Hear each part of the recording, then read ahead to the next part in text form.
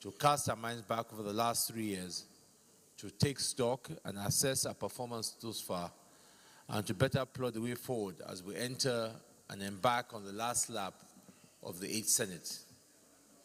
As you all know, this Senate clocked its 3rd anniversary while we're on break, and given the somber mood of the nation, there was no great celebration. Nonetheless, we had the occasion to get an overview of the considerable achievement of the Senate since its inauguration on June 9, 2015. Indeed, we have come a long way. We have set a new bar in the legislative history of this country. We have passed over 213 bills in this period, surpassing in 3 years the records of the entire 4-year terms of every previous Senate. This is no mean feat, and as we hit the home run, therefore, it's important we do not backpedal or slow down.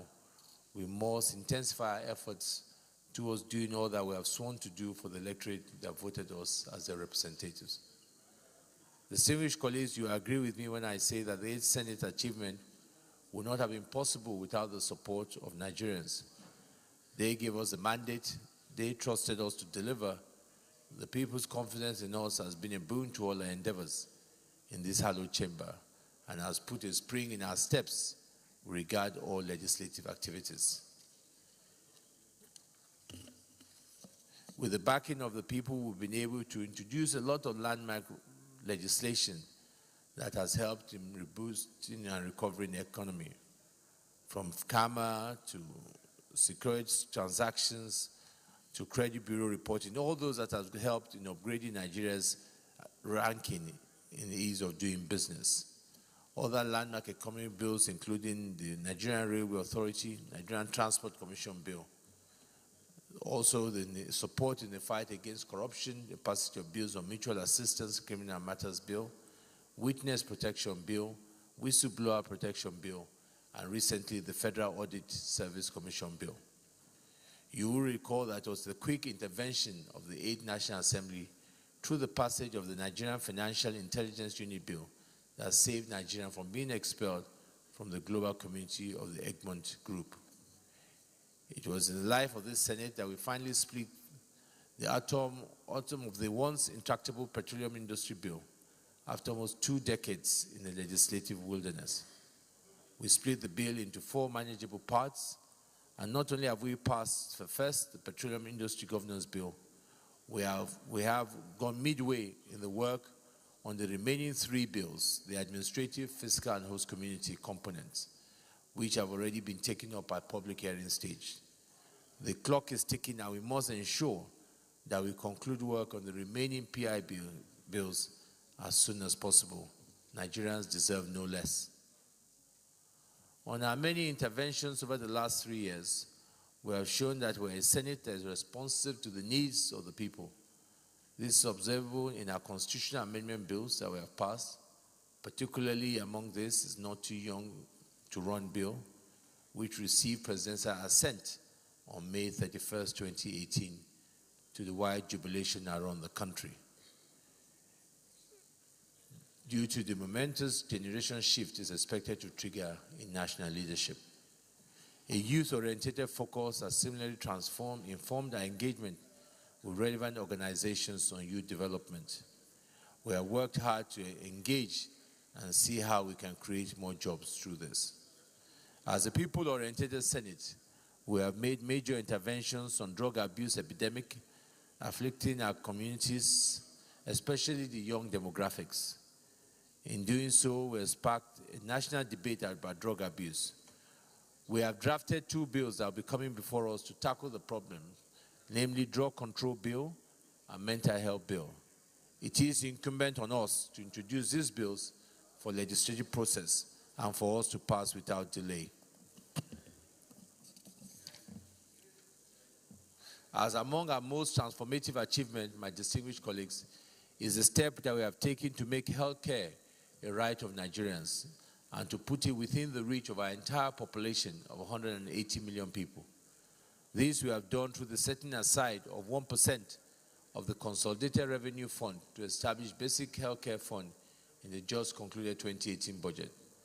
This is grounded on our belief that all Nigerians, no matter their economic status, deserve access to qualitative and affordable health care to make for a stronger Nigeria with healthy and vibrant citizens.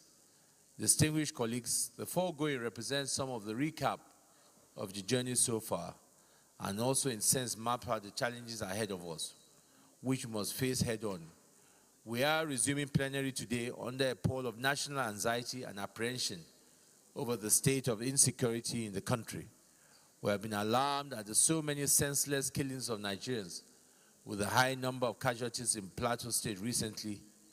In the wake of the atrocity, I led a Senate delegation to pay a condolence visit to the governor of Plateau State to commiserate with the people of the state.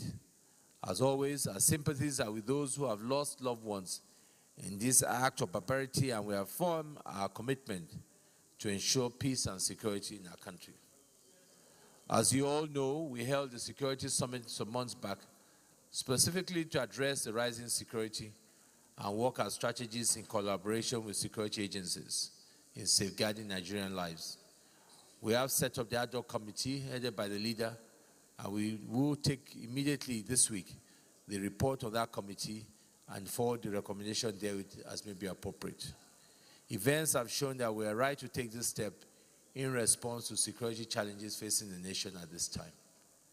Let me reassure Nigerians that we are as concerned as they are in the face of this challenge, and we continue to hold government accountable in order to see to improvement in this area.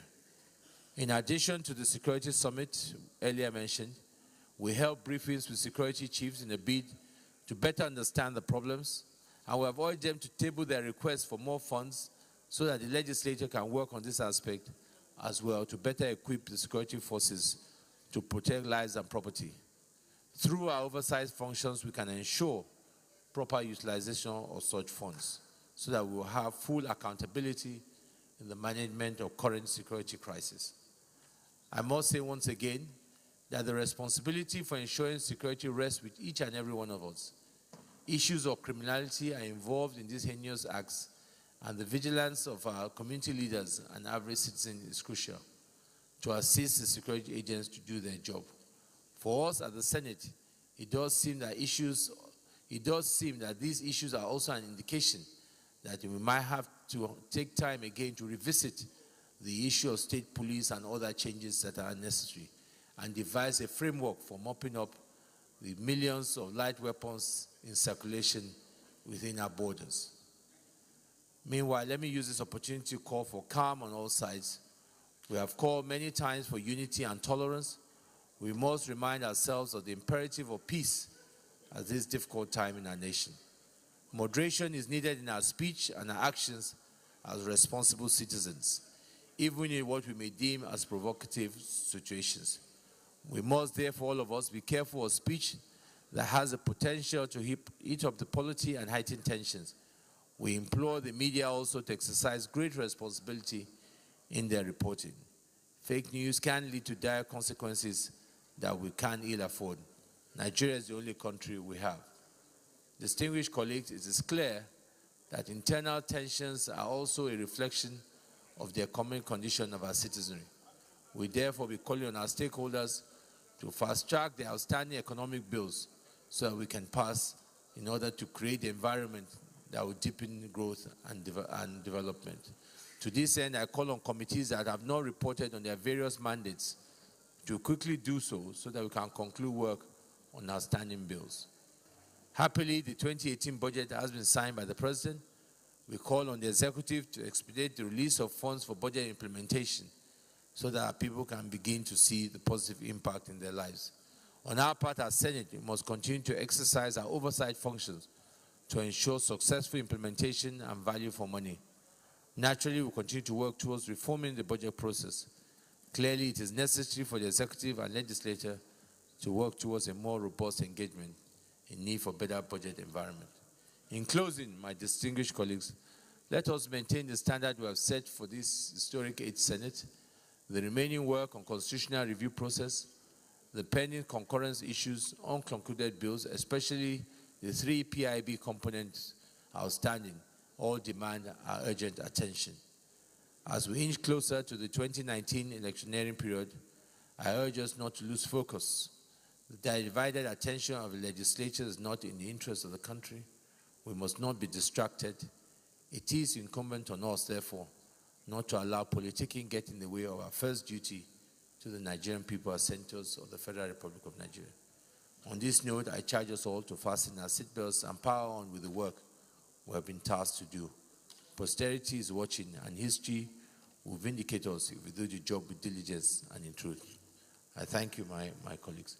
Let me also... Welcome to Forstview Luxury Hotel. At Forstview Luxury Hotel, we offer excellent service. Our rooms have all the necessary facilities to make your stay comfortable and memorable. You will also have access to internet service, breakfast, 24-hour power supply, full air condition, free international calls, free tire pumping service, and free car battery charge. So what are you waiting for? Quickly visit Forstview Luxury Hotel. We are located at #1 Adeline Obamishile off Saraki Road, First Estate, Amuwo, Odofin Festac, Lagos. For more information or reservation, please call us on 08075787135 or 08099900601. You can also take advantage of our online ongoing promo at www.forceviewhotel.com to make your reservation and payment for your favorite room, which attracts a discount rate. Please note, rooms are reserved based on first come, first serve. Forstview Luxury Hotel. Experience the home of comfort. They come.